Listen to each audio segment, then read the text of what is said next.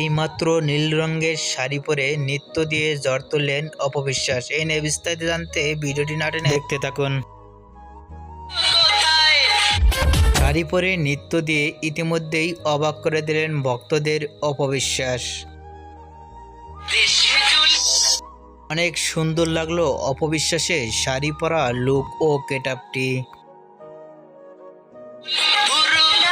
এরকম লুকে কখনো দেখা যায়নি অপবিশ্বাসকে সোশ্যাল মিডিয়ায় নৃত্য দিতে।